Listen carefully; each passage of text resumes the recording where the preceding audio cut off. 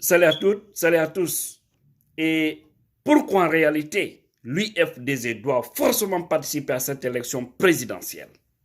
Nous devons éviter la grosse erreur politique. Je viendrai tout de suite pour vous décortiquer. Mais pourquoi aussi?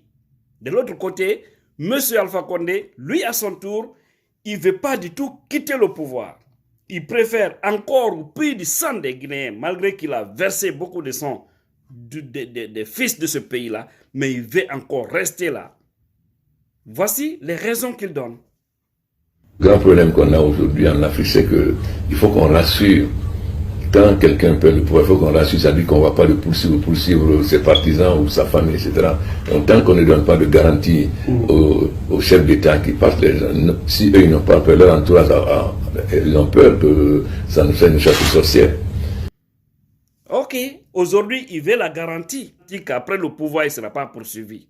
C'est pourquoi je vous ai toujours dit, Alpha Condé, pas parce qu'il veut rester au pouvoir, pas parce qu'il sait qu'il a le plaisir, il a le goût du pouvoir, mais il sert juste à se protéger. Parce qu'aujourd'hui, ses dégâts sont énormes. Il a peur, c'est une peur qui lui ronge. Il sait qu'après son pouvoir, ce qui l'attend est grave. Parce que lui-même, il sait qu'il a fait assez de dégâts. Tuerie, détournement, manipulation. Tout ce que Dieu n'aime pas, Alpha Condé sait qu'il a fait sous son mandat. Avec des mauvaises routes pour fatiguer encore les citoyens. Et c'est pourquoi d'ailleurs, du début à la fin de cette vidéo, je vous ferai accompagner par des autoroutes, les belles routes que M. Alpha Condé a eu à faire dans notre pays. Ah oui, c'est le grand bâtisseur avec les grandes routes. Vous allez voir tout de suite. Une honte totale. Voilà. Alors, il faut lui garantir. Ok, comme je le disais à l'entame, l'UFDZ doit forcément participer à cette élection. C'est deux choses. C'est soit nous voulons le pouvoir, nous partons chercher le pouvoir là où il faut aller mener le combat, ou nous ne voulons pas, nous restons hors compétition. On croise les bras, on observe ceux qui sont partis, ou on continue à manifester. Après tout, ils vont se partager le pouvoir, on va toujours rester là dans l'opposition. On a le choix. Mais je vais vous dire une chose. Il ne faudrait pas que nous ayons peur. Ce n'est pas la fin du monde. Ce ne serait pas la fin de l'UFDG. Si les Guinéens veulent qu'il y ait changement, Wallahi billahi tallahi, cette année-là, 2020 là, Alpha Condé et tout son système iront. Si on veut, hein, je vais vous démontrer tout de suite.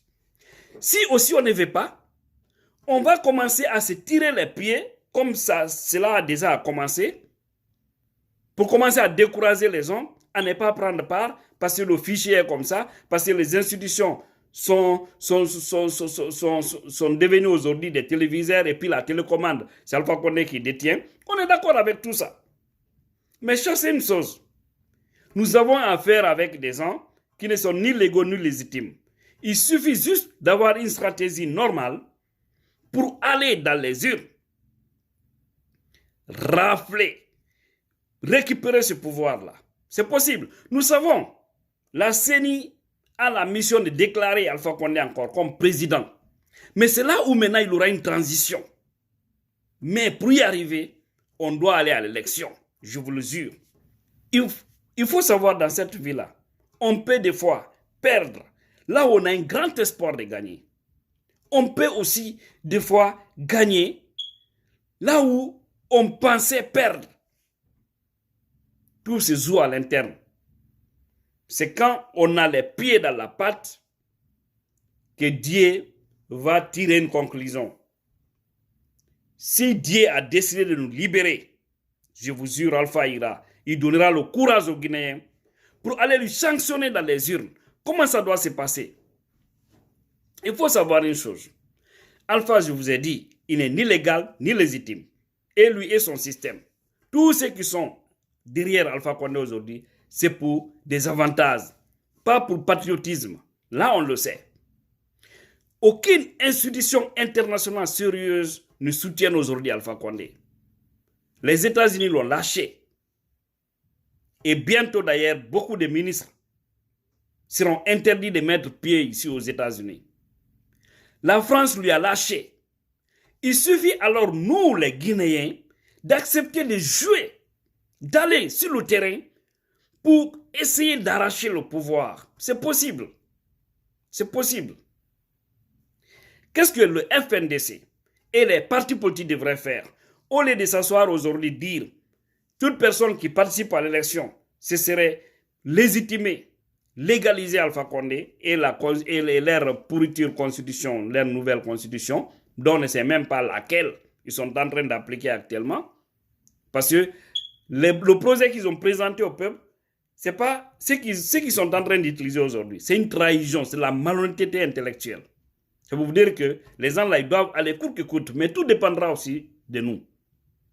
Le FNDC devrait tout faire comme on a tout fait aux élections législatives pour au moins réussir à décrédibiliser Alpha Condé, ça c'est clair, et son système. Maintenant, l'élection devrait être une opportunité. À l'image de Y'en a marre du Sénégal, à l'image de tous les autres mouvements de l'Afrique comme le Burkina et autres, encouragez les citoyens. Allez-y, tout Guinéen qui a son nom sur une carte électeur, si vous voulez que notre pays change, votez contre Alpha Condé. Allons-y, votons contre lui. Le fichier, on dit que 50% de ceux qui sont dans le fichier sont en Haute-Guinée. Précisément la région de Kankan, de Zérékouré et de Farana. Mais là-bas, là, plus de 80% aujourd'hui des gens de la Haute-Guinée, la forêt, là, n'aiment pas Alpha Condé. Ils ne l'aiment pas.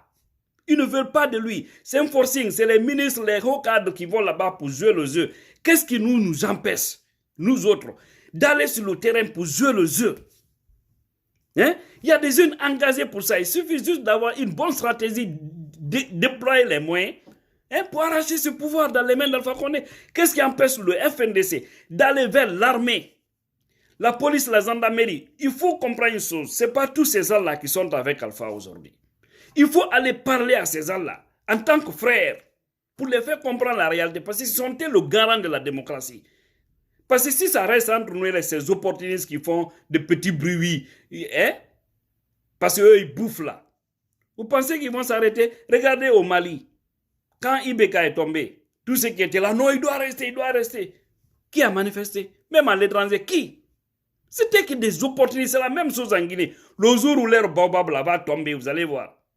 Ils seront tous des cadavres. Personne d'entre eux ne va oser ouvrir sa sale bouche pour parler à quelqu'un. Retenez bien ce que je vous dis. Alors, laissons tomber tout ça. Allons-y.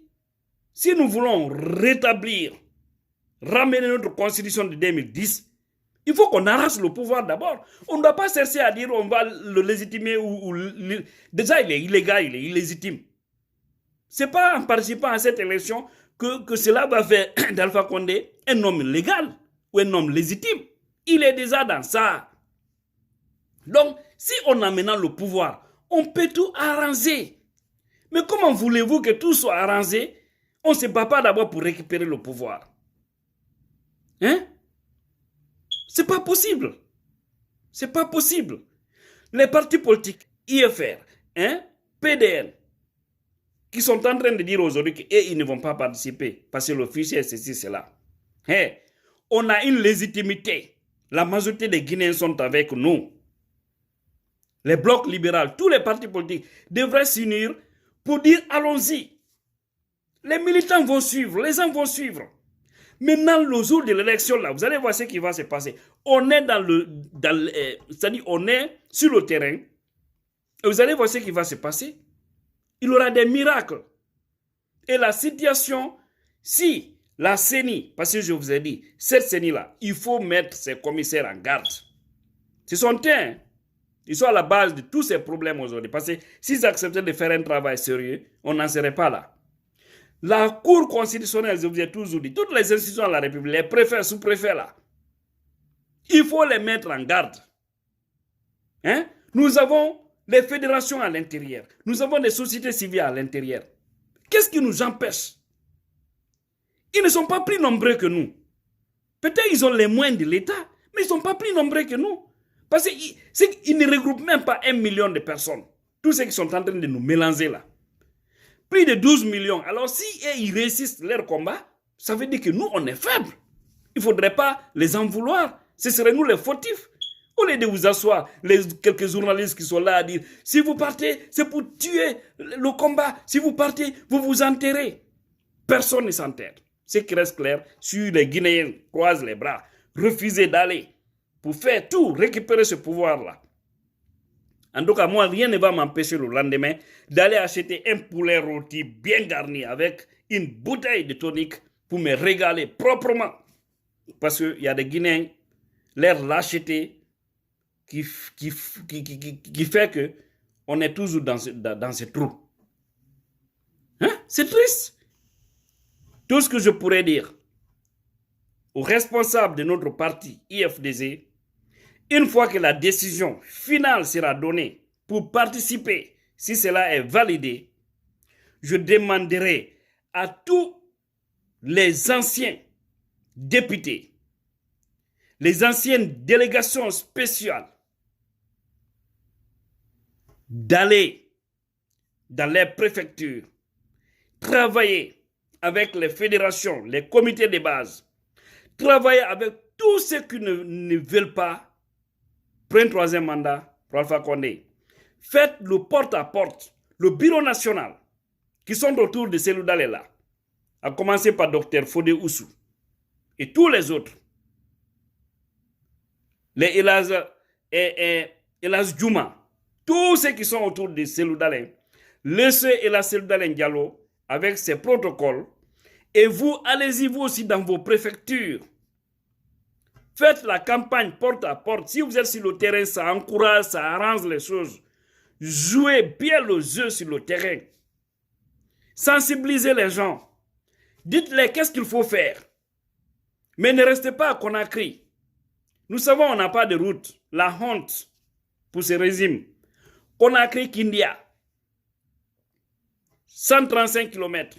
Incapable de goudronner là-bas. Là-bas, d'ailleurs, peut-être c'est un peu loin. Koya, Forekaria. C'est triste. Comment la campagne va se passer cette année? Hein? Dans la logique ici, en tout cas, moi, selon moi, si vraiment les moyens existaient, c'était en réalité trouver un hélico pour notre candidat, Cellou Dalein Diallo. Il ne se restait que louer pour lui faciliter la campagne. Et comment il faut faire? Au niveau de chaque préfecture, nous avons des fédérations. Tous les cadres qui sont à Conakry au niveau du bureau national viennent d'une préfecture. Ils n'ont qu'à aller aménager là-bas le jour de la campagne, sensibiliser les gens, mais il ne faudrait pas faire de cortèges, dire Conakry et Zoukazere, vous ne sais où. Vous ne pourrez pas vous en sortir parce qu'il n'y a pas de route. La Guinée est bloquée, il n'y a pas de route. Au moins, s'il y a un hélico, il peut quitter à Conakry, aller dans une zone, faire sa campagne là-bas, ça pourra faciliter et tout pourra bien se passer. C'est là où il trouve des militants qui l'attendent. De cette localité, il fait sa campagne avec son équipe. Déjà, ça trouvera qu'il y a d'autres qui sont sur le terrain. Il continue, il est déjà connu pour ça. Mais le porte-à-porte est extrêmement important. Même nous les militants, chacun n'a qu'à faire le porte-à-porte. Ce n'est même pas une question des responsables seulement au plus haut niveau. Quand ils vont encore commencer à distribuer les cartes, il faut aller. Il ne faut pas avoir peur. Le soir de l'élection, notre victoire sera déclarée. Ce qui va se passer, va se passer. Oui. Alpha Condé, par contre, lui, comme il s'est engagé dans la course, il devrait prendre le véhicule pour constater les conséquences de sa malgouvernance. Comment les Guinéens souffrent. Regardez seulement ces images-là. Mais je sais seulement, Alpha ne pourra plus rester au pouvoir. Ou même s'il force, vous allez voir la transition qui va s'ouvrir et on va tout ramener à zéro. Ça veut dire le compteur sera à zéro.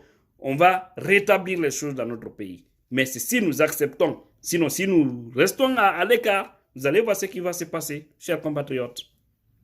Voilà ce que j'avais vraiment à vous dire aujourd'hui. Mais pour terminer ça, Alpha nous avait dit ça. Les guerres, on les fait pourquoi? Parce qu'il n'y a pas de démocratie. Lorsque vous êtes un opposant, que vous luttez pour la démocratie, qu'à chaque élection, le pouvoir en place fraudé se maintient, à la fin, qu'est-ce que vous faites? Vous recourez aux armes. Donc on ne fait pas les guerres pour les diamants, mais nous faisons les guerres parce que nous voulons la démocratie. Awa, Alpha Reka, on ne m'a fait. Wassalam. Bye. La puissance.